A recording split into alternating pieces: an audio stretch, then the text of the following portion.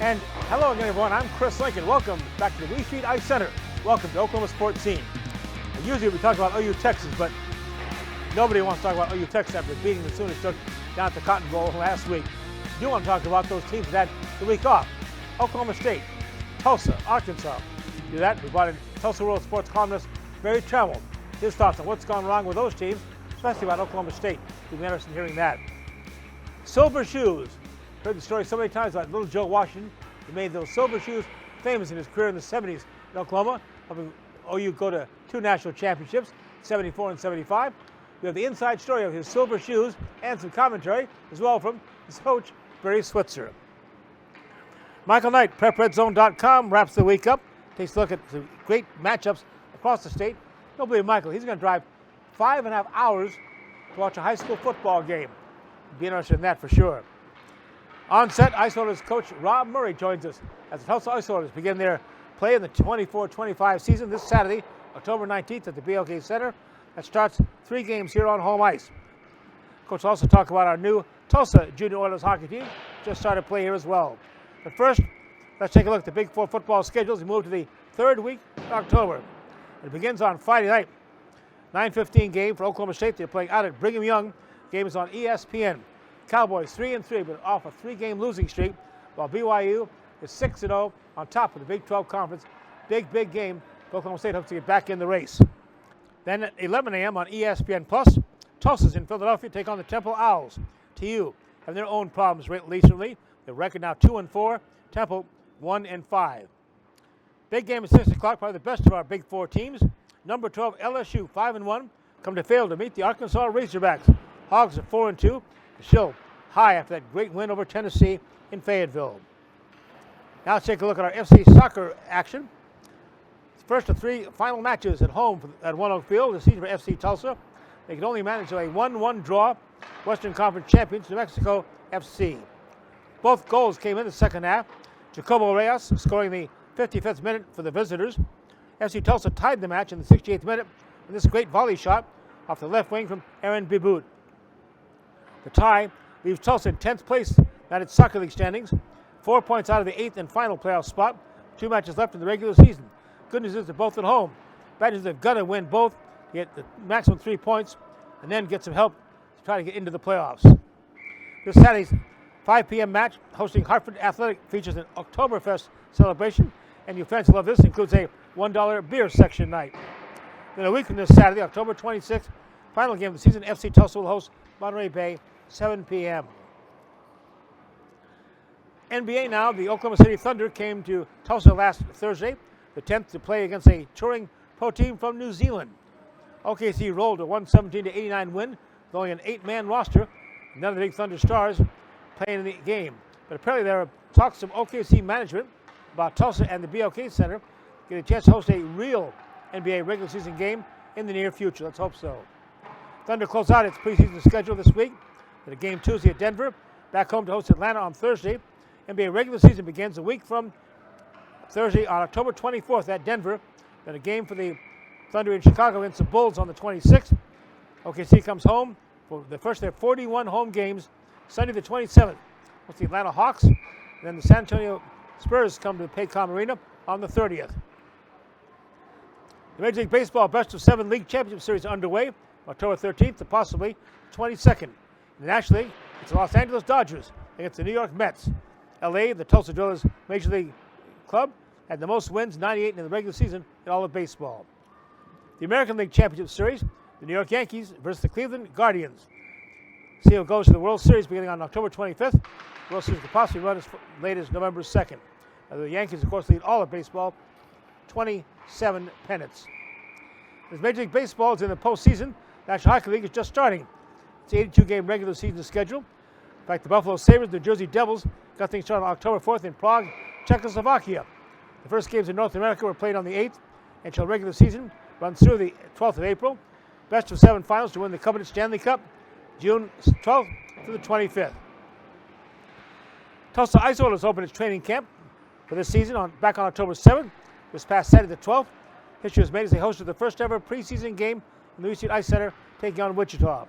Regular season for the Oilers opens this Saturday, October 19th. at home in Rapid City on the BOK Ice at 7:05. The Oilers head coach Rob Murray, as I told you, will be here to talk about that and about his new Tulsa Junior Oilers. Tulsa World columnist Barry Tramel joins us next. Find out what's going on with Oklahoma State. What can the Cowboys do about it? Find out right after this. Billy Sims knows barbecue. Like what? How about 9 meats, including brisket, chicken, pork, turkey, and ribs? Okay, how? We start early to slow smoke the most delicious meats for over 12 hours. So when? Every day. Where? Wherever you want. Online, dine in, curbside, or carry out. We've had a passion for over 15 years of serving delicious barbecue to people like you. Billy Sims has fast, drop-in friendly neighborhood service. Loud enough for a tailgate and fancy enough for a wedding. Like we said, Billy Sims knows barbecue. Hello, Tulsa. Shields All Sports Store is opening October 19th at the Woodland Hills Mall. Join us in the parking lot for the grand opening party at 7 a.m. with doors officially opening at 9:30. Step inside to the ultimate retail experience. Shop your favorite brands, meet our Shields experts, and enjoy entertainment like a Ferris wheel or Fuzzy-Wig's Candy Factory. Whether you love the great outdoors, sports, or fashion, Shields has something for you. Join us for Shields' grand opening on October 19th. The Tulsa Oilers return to the ice for another ice-melting year. He shoots, he scores! Saturday, October 19th at the BOK Center. The first 1,000 fans get a free Tulsa Oilers flag. Don't miss out on experiencing the ultimate in fast-paced entertainment. It's turned over and going the other way. Get your season tickets now starting as low as $19 per month. You'll get 36 smash-mouth, hard-hitting, pulse-pounding home games. Ooh, I can feel that one. If that glass doesn't rattle you, the season ticket price will. Get your tickets now at TulsaOilers.com. This is your town, your team, your Tulsa Oilers hockey are back. Our story, it lives in Tulsa, where the spirit of the past lives alongside us and urges us on toward a vibrant future.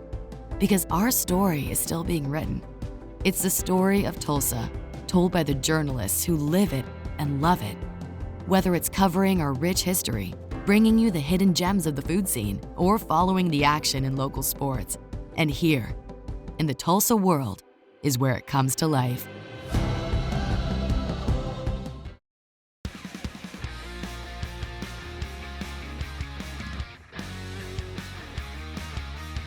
Well, while OU was taking that beating down at the Cotton Bowl, Oklahoma State, Tulsa, and Arkansas had the weekend off. Open dates, much needed at the time. Dr. Barry Tramel, Tulsa World Sports columnist, what's ahead now, especially what's wrong with those Oklahoma State Cowboys? Well, the Cowboys have been a very mercurial team the last couple of years. You know, if you look at 22, they were great to start the year in the top 10, then they cratered. 23, they were terrible to start the year, then they rise. Now, you look back, they actually had a pretty strong start to this season, 3-0, beating Arkansas. The Razorback victory looks better and better. Arkansas just beat Tennessee, 4-2, good team. But these last 3 weeks, it's off the cliff for OSU.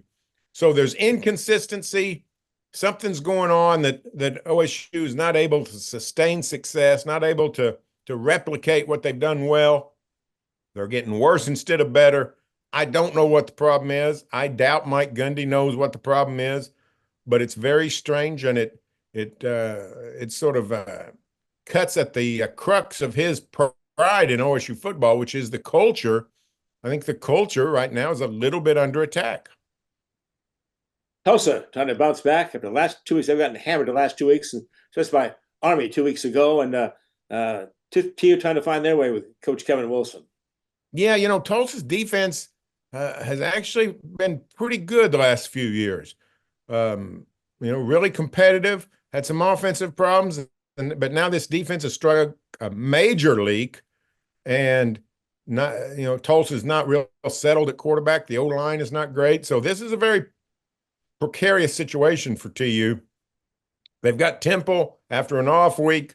The Owls are, you know, not very good. We saw them down in Norman. This is a game Tulsa should win. If the Golden Hurricane drop this one, then, you know, things are bad at Chapman Stadium. So big, huge game. If you win this game, you know, the schedule is a little bit manageable. The Tulsa's American Conference schedule was not fraught with some of the better teams. So this is a game, this is a schedule that TU could rack up some victories, but they've got to get the one against Temple. Well, the folks in Fayetteville are still on a high, a Razorback high, and I don't think anybody's happier than everybody from Coach Sam Pittman. What a great victory that was over Tennessee. And they're still talking about that, and they're trying to get ready for this next one. Yeah, the Razorbacks deserved it. They lose Taylor Green, the quarterback down the stretch, and have to win it with Singleton, the backup, who takes them down to a game-winning drive. Just unbelievably great for morale, but also, the fan base. Razorbacks are off to a nice start, and that was a well-earned victory. That was nothing fluke about Arkansas beating Tennessee. I mean, the volunteer offense, which we'd heard so much about, saw it again in Norman against the Sooners. They neutralized that Tennessee offense, and Arkansas in a lot of ways dominated that game. So, it's still a tough schedule. Arkansas's got a lot of tough games ahead, but this is a team that can win some football games and have a really good year, and I think they've got a good squad. So I'm bullish on the Razorbacks. Ray, you and I have been through a lot of these football seasons, seen a lot of chaos, but a couple weeks ago that was just crazy. In the AP, we had 5 of the top ranked teams in the AP poll. 5 of the top ranked teams lost, and all losing on the road. And first time it's happened since 2007. The big stunner, of course, Vanderbilt beating Alabama. Well, here's the deal, Chris. 2 or 3 years ago, we saw the advent of NIL. We saw the advent of the transfer portal, and all the doomsdayers saying everybody's, all the rich are going to get richer. All the big money schools are going to buy all the players. This is just going to ruin college football. And of course, nobody looked at history, which is that anytime you have the advent of free agency and you allow player movement, parity follows. It's always happened. Maybe someday it won't, but it hasn't happened yet. Free agency creates parity. We have free agency in college football, and the ability of players to move around has given all kinds of teams the ability to enhance their rosters. And what we've seen is we've seen a demise in depth at places like Georgia and Alabama and wherever else. So, yeah, Alabama's got more good players than Vanderbilt, but Alabama doesn't have as many good players as it used to have because people say, hey, I want to play. So the quarterback at New Mexico State goes to Vanderbilt and is a playmaker. We're seeing a lot more turmoil and chaos in college football. I think that's great. Those teams that you mentioned lost, they lost to unranked teams, except for Missouri losing at number 25, Texas A&M. So this, to me, it's wildly entertaining. It's great for the game. I'm looking forward to every Saturday. One final thought, Barry. A lot of people wondering the future of Jackson Arnold. We let Dylan Gabriel go to Oregon because 5-star best quarterback in high school in the country was coming to OU, and now he's on the bench. And what's his future? Well, he'll be in the portal, I'm almost positive. Some say Mississippi State. That could be down there with Jeff Lebby, who recruited him to OU.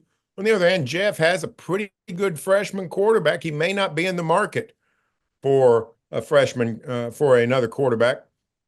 Everybody is looking for, not everybody, but a lot of teams are looking for quarterbacks. They go to the portal to find them, and you're going to see more and more of that. Just look around the country. Half the teams in America are quarterbacked by players who arrived via the portal. So we're going to see lots of movement in the quarterback market. Jackson Arnold will be a part of that. He'll have the opportunity at a high-level school, a power conference school. I don't know that it'll be Ohio State, but it could be a Baylor. It could be an Oklahoma State. It could be any number of places where people need a quarterback. They see a potential in Jackson Arnold. His college career is not over, not by a long shot. And we're just basically halfway through the college football season. More to come, thank goodness. Barry, it's been a lot of fun. Thanks for joining us, as always, on Oklahoma Sports Scene. You bet. You're going to enjoy this next segment coming up. Joe Washington, Little Joe, number 24, Oklahoma halfback legend. Going to tell you the story inside of the silver shoes, and Barry Switzer has his version of it, too. Hello, Tulsa. Shields All Sports Store is opening October 19th at the Woodland Hills Mall. Join us in the parking lot for the grand opening party at 7 a.m. with doors officially opening at 9:30. Step inside to the ultimate retail experience. Shop your favorite brands, meet our Shields experts, and enjoy entertainment like a Ferris wheel or Fuzzywigs Candy Factory. Whether you love the great outdoors, sports, or fashion, Shields has something for you. Join us for Shields grand opening on October 19th. Founded in 1960, Ed Bashira's Formal Wear and Fine Clothing has been dressing gentlemen for over half a century. We are family owned and operated, offering premium brand tuxedos and accessories in our Tulsa store on South Harvard. Bashira's also does made-to-measure suits, sports coats, dress shirts, and slacks, and a top line of sportswear. We do tailoring on site to assure the perfect fit so you will look your very best for that special occasion. Ed Bashira's Formal Wear and Fine Clothing, an Oklahoma tradition.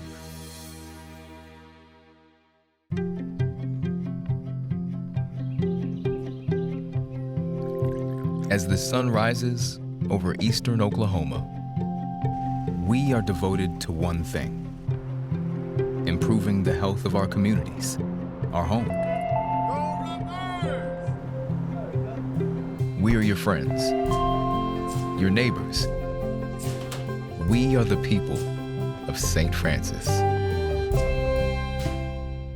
Our story, it lives in Tulsa, where the spirit of the past lives alongside us and urges us on toward a vibrant future. Because our story is still being written. It's the story of Tulsa, told by the journalists who live it and love it. Whether it's covering our rich history, bringing you the hidden gems of the food scene, or following the action in local sports. And here, in the Tulsa world, is where it comes to life.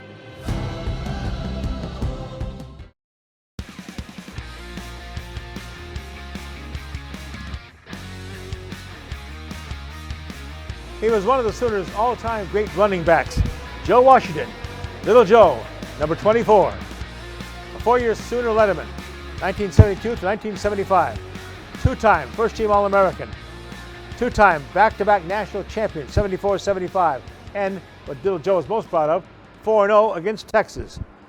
Probably Darrell Royal, the Texas coach, had the best description of how Joe Washington runs. He said he's like smoke through a keyhole. College Football Hall of Famer, finished his OU career with just over 4,000 rushing yards, and he did it in style. He did it in his famous silver shoes with red stripes, red shoelaces. Here's the story behind them. Well, it really wasn't my idea. I had no. One of the reasons I chose Oklahoma, was because of their white shoes, because they were way ahead of time. During that particular time, very few schools wore white shoes. Now, they may have been sprinkled with a couple of players across the country with, different colleges that, wore white shoes or spat at their shoes. But as far as a team with their whole staff, wearing white shoes, that was a no-no. And Oklahoma was basically the first to do that. So that caught my eye. Plus the fact that, Greg Pruitt, was at the University of Oklahoma.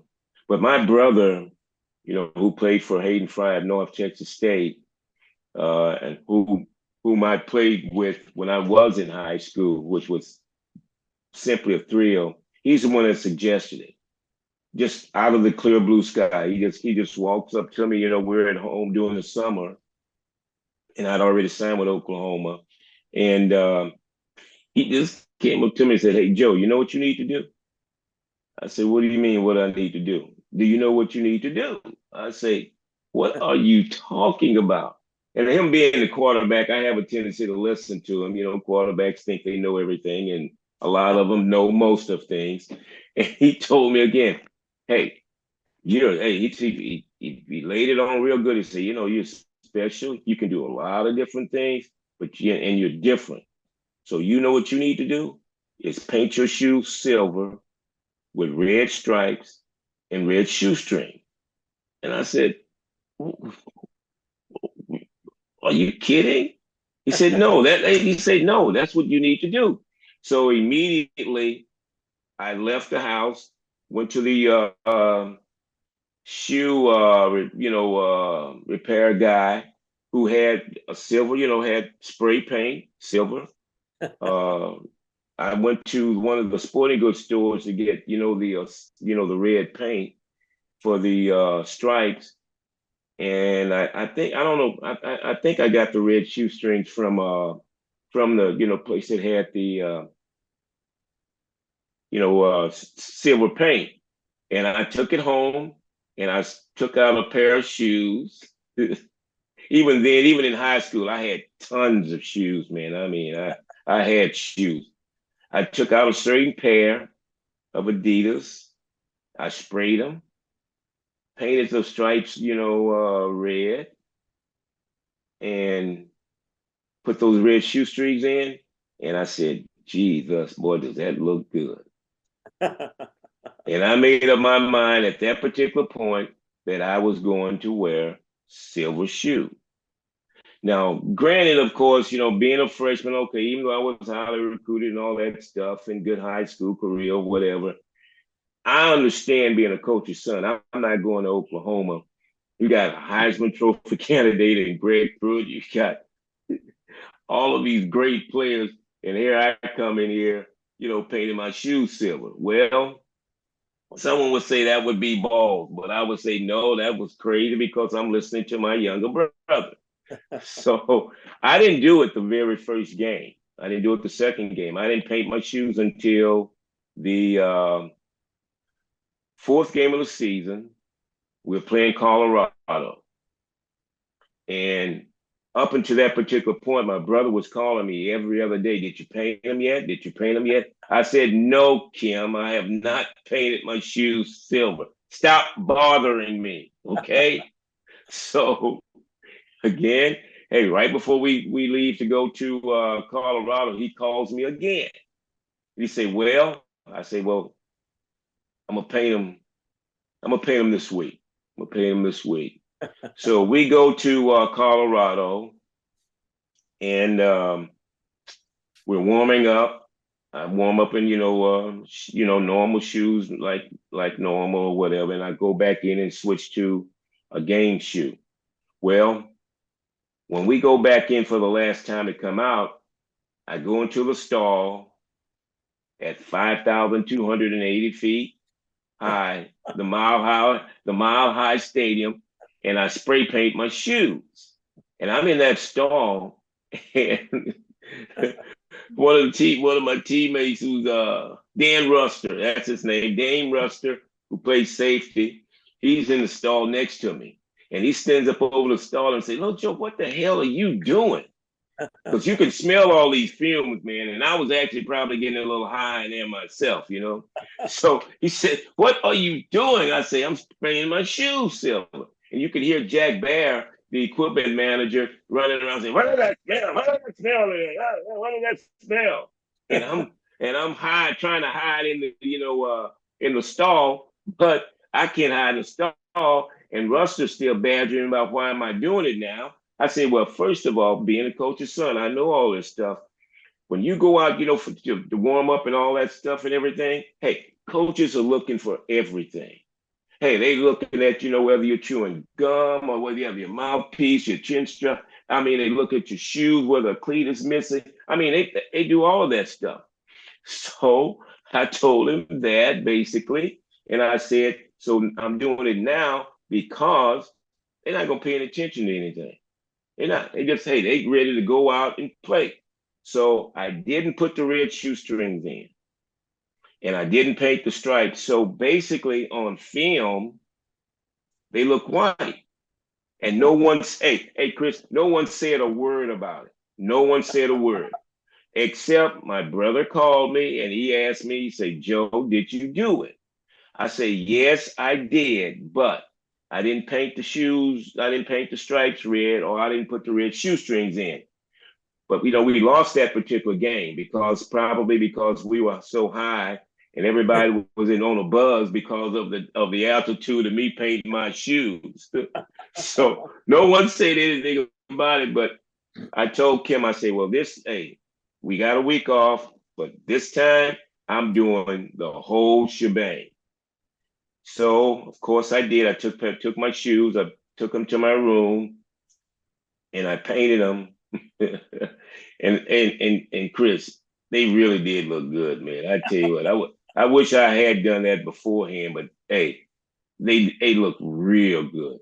So we're playing a game. They moved me from right half to left half, and I get to play a whole bunch. I have a great game. You start off as a freshman. I mean, I had a great game. And no one said anything again about my shoes. I don't know why, but no one said anything, nothing. So we go into the meeting, on Sunday. Yeah, we go to a meeting on Sunday, and this is a coach being the coordinator, offensive coordinator. He presides over that meeting, and we go in, we look at film. So we go in, we look at film. I sit in the back where most of the freshmen sit way in the back of the room or whatever, and he's operating the projector in this big nice classroom, and he gets to a play where I'm carrying the ball. I make a good little run, and he goes through that, all the blocking and this and that, and I mean he's talking about each player, what they did and what they could have done better, and I mean all that stuff there. So after he does that, especially after he, talks about me and then, the lineman, he keeps clicking it and running it back. And like I say, being a coach's son, I know all these intricacies of what coaches do. Yeah. And so I know now, after he's through doing this, something's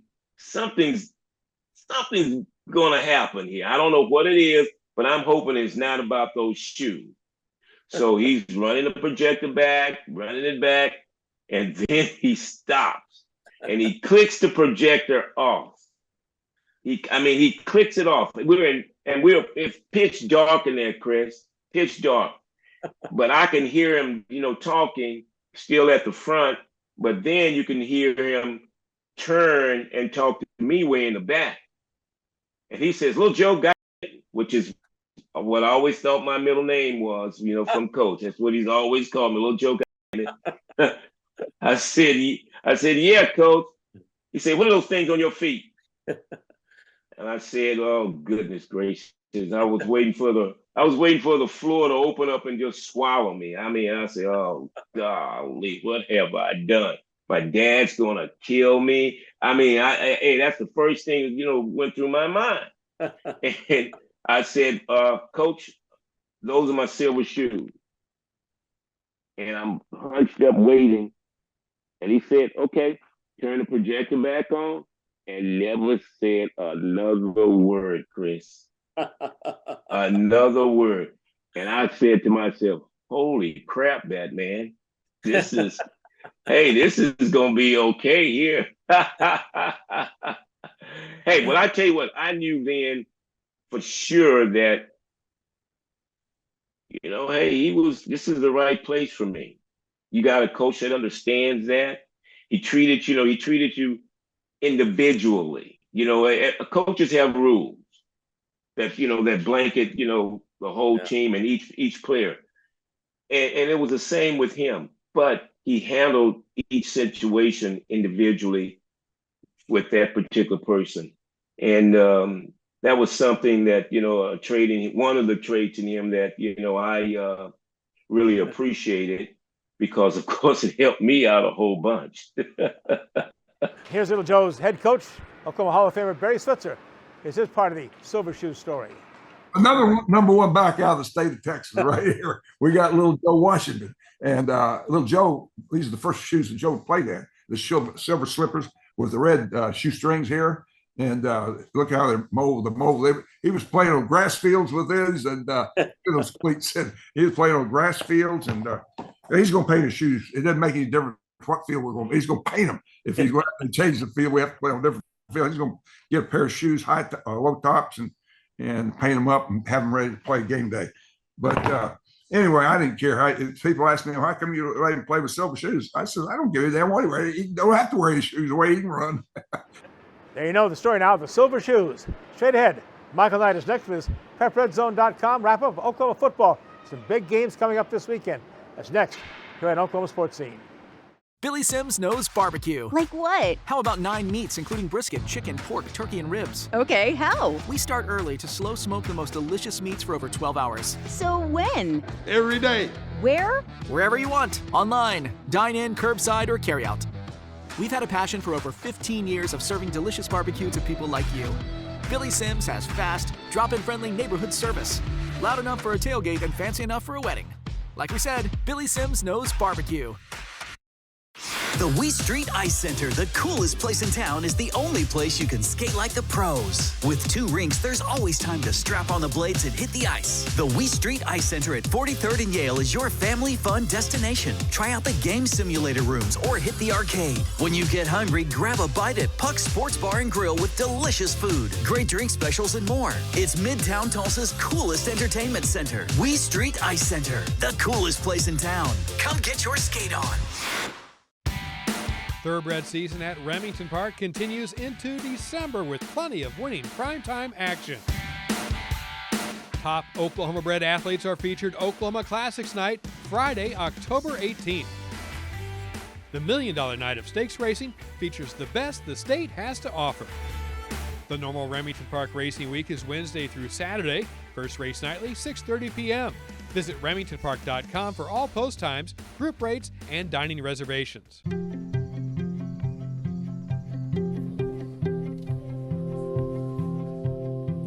Around the clock, throughout eastern Oklahoma, we are devoted to one thing: improving the health of our communities, our home.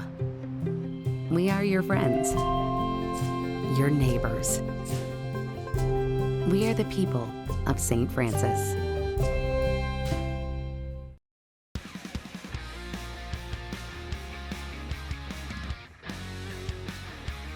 High school football insider Michael Knight's back with us, and he is every week. Talk about the best in high school football in Oklahoma. Michael, what went on last night? I've never seen so many bizarre scores. I mean, 85-24, 55-0, 59-7, 55-0, 56-27. Well, you remember if you watched last week's show, I talked about, you asked me the question about where are the bigger schools, as far as the top games of week 6. And I said, well, every now and then the bigger schools run into some other teams that, quite frankly, they're better than. That was one of those weeks, and that's where you get some of those scores. It was obviously a really good week for a lot of those teams that were able to light up the scoreboard. All right, this week, though, got through top games, almost every class, and ranked teams around the state. Yeah, this is one of those weeks where I wish I had about four clones of myself. That way I could send myself to, 5 different spots. There's some really good games all across Oklahoma. You start way at the top in 6A1. Jinx, it looks like they're turning things around. They looked really good last week against Mustang. They're hosting Deer Creek, and this is a Deer Creek team that in April, they were expecting to be in 6A2. Now, I wrote about this a lot in the summertime. There was a lawsuit that was filed and won by several Oklahoma City private schools back in April that made a seismic shift in all the different classifications. I remember that, yeah. That pulled Deer Creek up to 6A1. So instead of being in 6A2, now they're in the largest class. They've had no problems so far. They're 6-0 coming into this week. Wow. But this is without a doubt their toughest test against the Jinx Trojans that, like I said, feel like they're turning things around. 6A2, Stillwater, always a top team, number 2 ranked in the state. Against number 3, Choctaw. Yeah, it's a rematch of the 2022 state championship game between those two. Stillwater was able to win that one. These two teams are very familiar with one another. They met in the regular season. They met in the playoffs. This game will all but determine the district championship. I don't know what to think about this game because Choctaw, offensively, they have been absolutely rolling over the last 3 weeks. Stillwater, everybody talked about early on the big win at home against Union. They lost in a shutout to Carl Albert later on in non-district play. This is a game that, like I said, it's going to more than likely decide the district title, and I wouldn't be surprised if we see them meet up again in the playoffs later on. However, there's some teams on the east side of the state, mainly Muskogee, that will have something to say about that. Might have been a big booster all season of the 4A class. Number 1 Elgin against number 5 Weatherford. Yeah, and I think I might be the only person who has Elgin ranked number 1 in Class 4A, and I've had him ranked number 1 since June when our preseason rankings came out.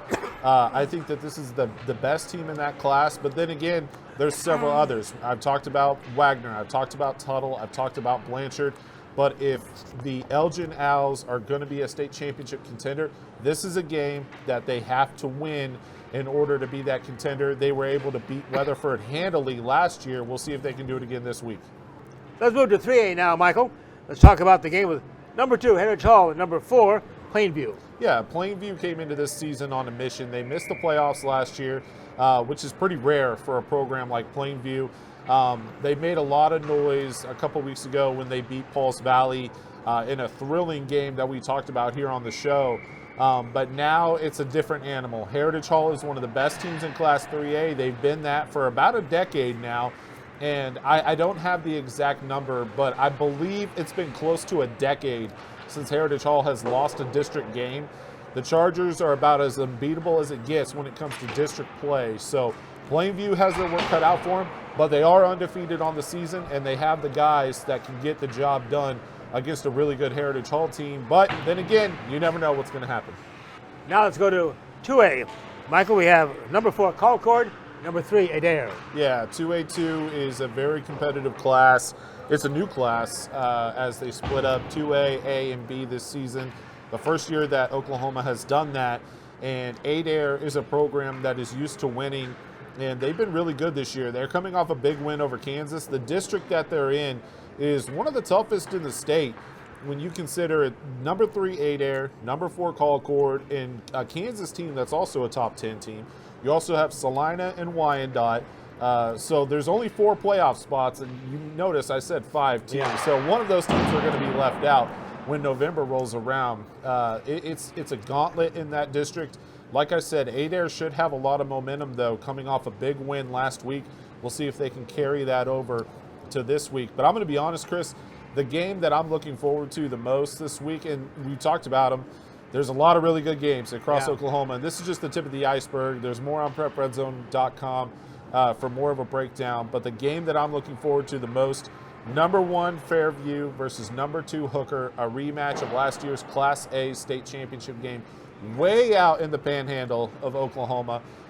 Thursday, almost borderline Thursday morning, I'll leave to make my way out there. It's about a 5.5-hour drive. I didn't think that there was anything that I would be in a car for 5.5 hours where I would still be going to the state of Oklahoma. Yeah. You think 5.5-hour drive, you're leaving the state. Nope. I'm going to Hooker where we get a rematch of the state championship game from last year. These two teams have been the top 2 teams in the class all year. Fairview, great story with them, 36 consecutive wins. Their senior quarterback, Jax Bernard, who I believe I've talked about on this show, he just set a record, or hit a milestone, I should say, last week, where he became the 7th or the 8th quarterback in state history to throw for 10,000 yards in his career. He's had an excellent career so far. He's not done. He wants another state championship. And obviously for Hooker, they remember how last year felt. They made it to the state championship game. It was somewhat of an unpredictable run for them to get there. They made it there, and things just fell apart for them. Fairview completely dominated that game from the start. Hooker certainly hasn't forgotten about that. I have Fairview number 1 in my rankings, and I haven't said this publicly on the website or here. I think Hooker might be better. Really? Wow. They have a lot of experience back from last year. Their quarterback is extremely experienced. They have a standout on offense and defense in Keelan Robinson. They have a sophomore running back who ran for 1,500 yards last year as a freshman. He's off to a great start this year. I think that Hooker might be better, but then again, I also didn't think Fairview would win state last year, so I've been wrong on Fairview plenty of times before. I might be again this week. What makes Oklahoma sports team so unique? Nobody else is covering these schools. In fact, you mentioned the coaches really appreciate you making the trip and giving you some coverage. Yeah, look, the Panhandle is not close to anything. The closest it is to Texas or Kansas. Yeah. Like it's not close, and that's one thing that I take a lot of pride in with PrepRedzone.com is I don't care if it's 6A1, the biggest school in the state, or the smallest school in the state, which, by the way, Woodland is the smallest 11-man team in Oklahoma. I went and watched them play last week. I don't care who it is, what class it is, where it is. If it's good football, I'm going to go watch it, and that's one thing that we take a lot of pride in with PrepRedzone.com is we'll go all over the state. If there's good football, and like I said, it's number 1 versus number 2, it's a state championship rematch. Yeah. You can't miss it. You got to go see it. If you don't want to take a 5.5-hour car ride, 11-hour round trip, how do they get PrepRedzone.com? Yeah, so we'll have the highlights up. At what time? I'm not sure because, again, 5.5 hours back. I'll be arriving home shortly after 3 o'clock in the morning. It will be up, though, on our YouTube channel. We'll have highlights of the game. We'll have post-game reaction. We'll have a ton of content as well on the website. You can check us out, prepredzone.com/Oklahoma, on our YouTube channel for all of our game highlights, including that Woodland win over Hominy last week. You can check it out at youtube.com/Prep Redzone And Michael, of course, joins us next week to wrap it all up in Oklahoma High School football for the week. We're going to come right back. Let's get the skates on. WeStreet Ice Center and ready for some hockey. Rob Murray, head coach of the Tulsa Oilers, is here to talk about the 24-25 season after we take this timeout. The Tulsa Oilers return to the ice for another ice melting year. He shoots, he scores. Sunday, October 20th, 3:05 at the BOK Center. That's right, 3:05 at the BOK Center. The first 1,000 kids 12 and under get a free Tulsa Oilers youth jersey. Don't miss out on experiencing the ultimate in fast-paced entertainment. It's turned over and going the other way. Get your tickets now at TulsaOilers.com. It's hard-hitting, pulse-pounding, smash-mouth excitement. Oh, I can feel that one. Get your tickets now at TulsaOilers.com. This is your town, your team, your Tulsa Oilers hockey are back.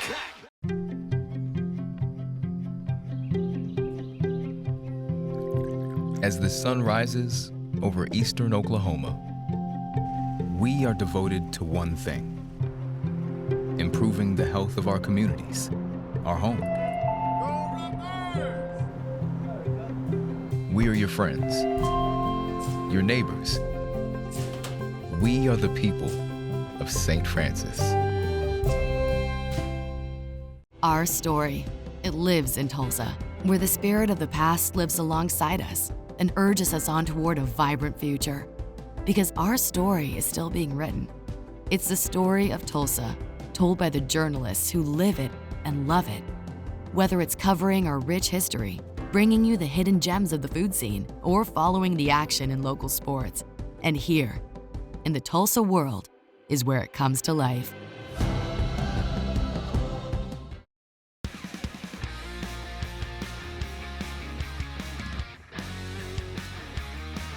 And we're back inside the WeStreet Ice Center, up above the ice where the Oilers practice. Here's the head coach here. All right, Coach, good to see you again. See you, Chris. The season's about ready to go, and what do you think? Ready for this? Yeah, no, it's always an exciting time of year. I mean, you get cliche it to death, but you get excited. Really exciting to spend the whole summer here, kind of alone. Scott and I, my associate coach, and now that we got the guys back in town and they're all around the dressing room, it's kind of a family thing, and it's really nice to have all the guys back, and training camp's been going really well. This franchise has an incredible history here in Tulsa. In fact, hockey's been here for over 90 years in the city. Yep. It's 73rd season with Tulsa Ice Oilers, and also for the ECHL, it's our 11th season there. Is that right? I believe so. Yeah. And then your 8th season. My 8th this season. This is a contract renewal, and well deserved. After getting the team to the playoffs last year, there was a fight that got to the postseason. Yeah. Well, I mean, it took us. Last game. You can look at the funny thing is, Chris, you look at it season, and you play 72 games. Yeah. And there's that night where you had a 4-1 lead with 3 minutes to go, and you end up losing. And you just think, it's just another game. But then when it comes down to making the playoffs on the very last game of the season, you can look back at that game in mid-December and say, well, if that hadn't happened, we wouldn't have been in the position we were in. So it's a long season, yet every game is so valuable and important when it's all said and done. We have 31 weekend games. That's a great schedule. Yep. And amazingly, we started home for the first 3 games, right? Yeah, I think actually I want to say 5 out of the 6. Wow, nice. Of our first games are at home. We got the 2 coming up against Rapid City Saturday and Sunday, and then next Thursday is that school morning game at 10:30 in the morning. That's gonna be fun, right, for the kids at least. It's always loud. Let's put it that way. So I know that watching a game in Cincinnati last year where they had a morning game and they went into overtime and then they went into a shootout, and by the time the shootout was done, the whole building was empty because all the kids had to get back to school. Golly. Well, let's talk about last season. Ended a tough 2-1 loss to Kansas City, went on to win the championship, right? No, they lost in the finals against Florida. Okay. Yeah, Florida has won the Kelly Cup 3 years in a row. 30 wins, 69 points. Big improvement over last year, though, right? 2 years ago was a real down year, and it was a miserable year. I mean, quite honestly, and we had to make sure we retooled for last season, got ourselves in the playoffs. I feel that there's always that there's always that momentum to make it to the playoffs, but then if you don't do well in the playoffs, and you go back 2 years, we didn't make the playoffs, made the playoffs last year. Now it's time to, try to go deep in the playoffs and see if we can make a run at it. So I see 12 returning players, they said. What's needed to take the next step? I think a lot of hinges on, quite honestly, Chris, is the new guys that come in and what kind of contribution that they're going to make to the team. And it's usually first-year guys. And sometimes you hit a home run with them, and sometimes you don't. So if those guys step up and are the players that we think they can be, that'll bode well for the team with the returning guys that we have. Ice Holders used 6 goaltenders last year. What's it look like between the pipes this year? Who are your top candidates? Right now we have Talon Boyko. He's a New York Rangers NHL contract. We got him on loan from the Rangers system. And then Anaheim goaltender, Budiets, who's a Russian kid, and he's played professionally over in Russia for a couple years. And he is with Anaheim right now. He is kind of their protege to be potentially the next long-standing goalie at the NHL level. He's really both goalies are really big. I think Budiets is 6'5" and Boyko is 6'7", and wow. both come on NHL contracts. And I think that it's one area, knock on wood, that I feel that we're pretty strong in this year. Getting some releases from the team. So you just signed 2 pretty big, powerful forwards too. Yeah, we got a couple guys that one of the things that we really try to focus on this summer was with our recruitment was to get bigger as a team, and it's not necessarily it doesn't equate to physicality. Like we're going to be a big, strong, and mean team. Yeah, right. That'd be great if we could be, but just in general, we found that one of the things that we missed last year was just overall size. And we've gotten a lot bigger. I think Zach Reynolds had a stat. I think we're average like 6'2" or something like that when everything averages out. Because we still have a couple guys that are on the smaller side, but we got a lot bigger and hopefully a lot stronger. This will be, by the way, then your first full season in terms of the ice here at the WeStreet Ice Center. Yep. What's the impact of this building been? Well, it's exciting. They had a great tournament here last weekend, a youth tournament. You're able to bring in. I don't think there was that opportunity to bring other teams from other cities here because we didn't have the facilities to do like youth tournaments. The restaurant has great food. I think that the longer it goes, the more popular it will become. And I think that in general, I think youth hockey, figure skating, all the things that are not done here other than the Oilers practicing here, are going to grow and grow in the city of Tulsa. Well, you got the 2 NHL-sized sheets of ice. Yep. But they're really busy. It's around the clock. All kinds of different things going on here. Well, the men's league is huge. I mean, it's getting bigger and bigger all the time. So you always have that going on. Kids out here right now, and we practice every morning. And then you got the junior team that practices after us. So the ice is definitely being used. Do these kids? Nobody hits the net. Nobody hits the net. No. The boards bouncing around in the background here. All right, let's talk about something new in Tulsa. Sharing the ice also with the new junior ice holders. What's that all about? Well, there's different tiers of junior hockey, and the junior Oilers are North American 3. They call it NA3.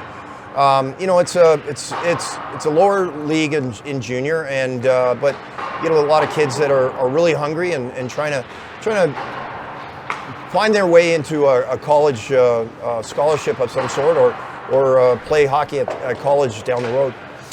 And for you, this week's going to be a busy week, of course. We have games we mentioned on Saturday at 7:05 at Rapid City. Sunday afternoon, that's at 3:05.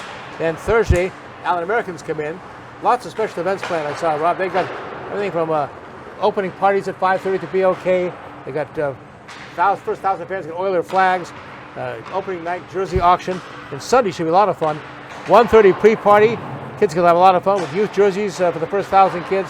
Post-game skate as well with the players. We do that every Sunday, the post-game skate, and we've moved our start time back an hour this year on Sundays. We used to be at 4 o'clock. It's at 3 o'clock now. So hopefully that allows for people to maybe make it easier for people that they bring their kids that with school on Monday that they'll attend a hockey game on a Sunday afternoon. And no excuses about downtown parking. Great deal. Now you can eat here at Puck's. Yep. Wine and dine. That'll take you to and from the BOK.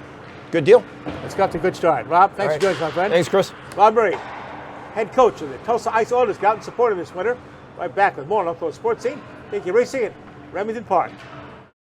The WeStreet Ice Center, the coolest place in town, is the only place you can skate like the pros. With 2 rinks, there's always time to strap on the blades and hit the ice. The WeStreet Ice Center at 43rd and Yale is your family fun destination. Try out the game simulator rooms or hit the arcade. When you get hungry, grab a bite at Puck's Sports Bar and Grill with delicious food, great drink specials, and more. It's Midtown Tulsa's coolest entertainment center. WeStreet Ice Center, the coolest place in town. Come get your skate on.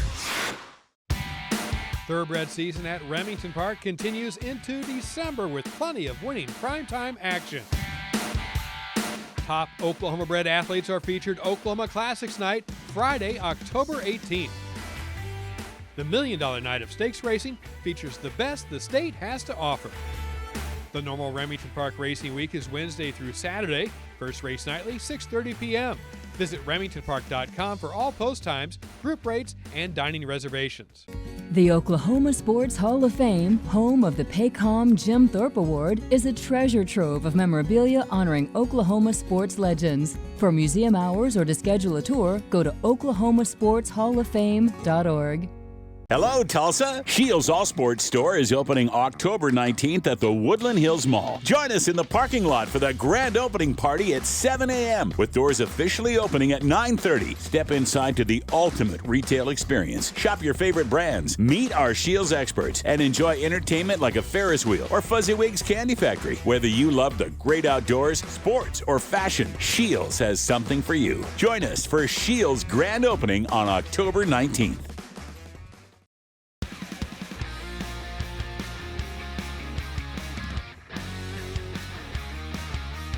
Another big weekend of racing at Remington Park in Oklahoma City. Here's Dale Day to tell us all about it. The 32nd edition of the Oklahoma Classics is set for Friday night, October 18th at Remington Park.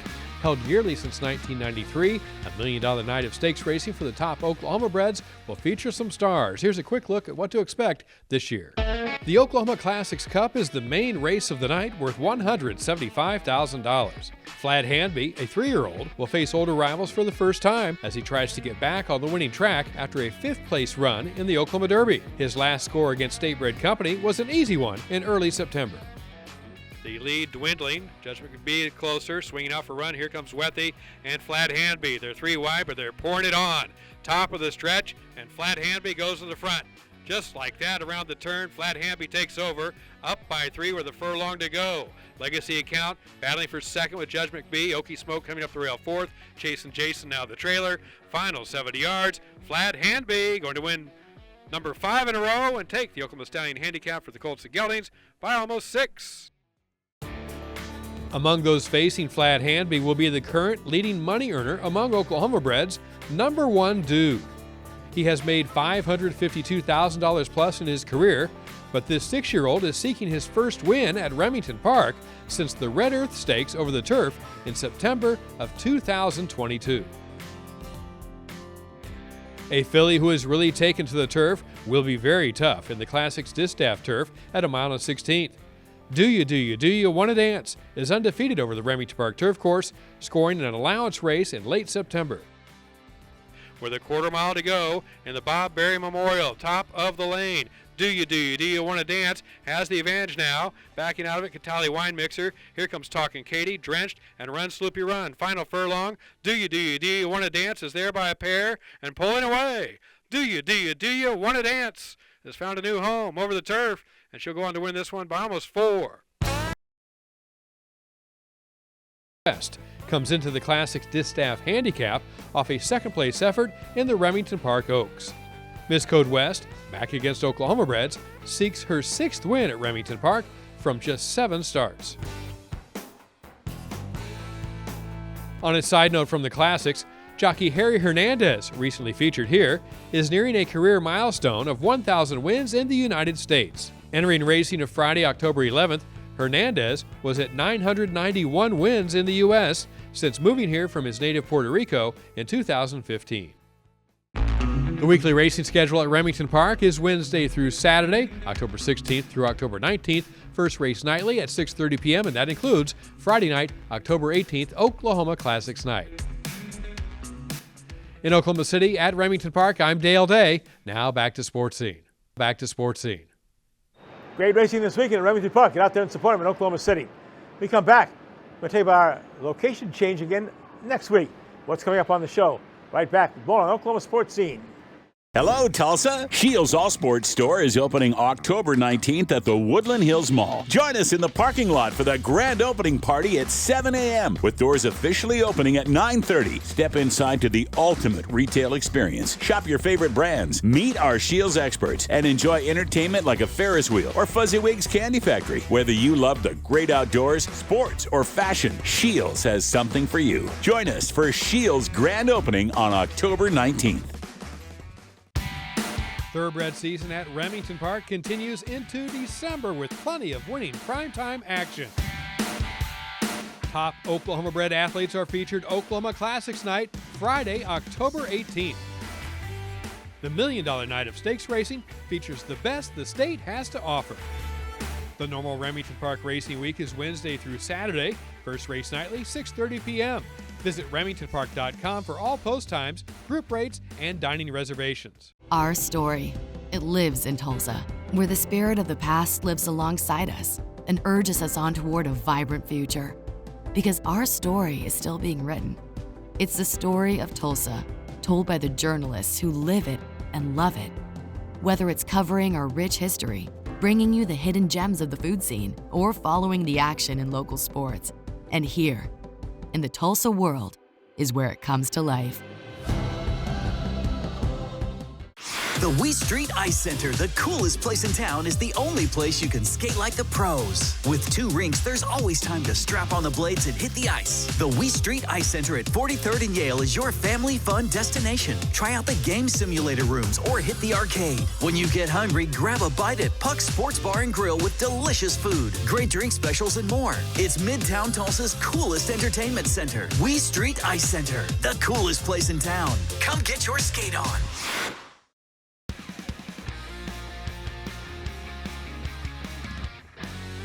I remember our show 2 weeks ago. We were inside that incredible new Shields sports store at Woodland Hills Mall in Tulsa. Well, it officially opens this Saturday, October the 19th, starting with a 7 a.m. party in the parking lot. Then the doors open at 9:30. Our guys will be out there. We'll be covering it for you. And then Monday, we'll tape our next show there, a special video of the opener. So join us again back at Shields. Get out there and show it. It's incredible to see. On the show next week for us, we're going to, of course, wrap up our Big Four football, all the 4 teams in action this weekend. FC Tulsa has its final 2 matches of the season coming up, and they're important ones. They're desperately still trying to make the playoffs. We'll have hopefully Coach Mario Sanchez will join us here on set. And you're going to talk some about the new Tulsa Oilers junior hockey team.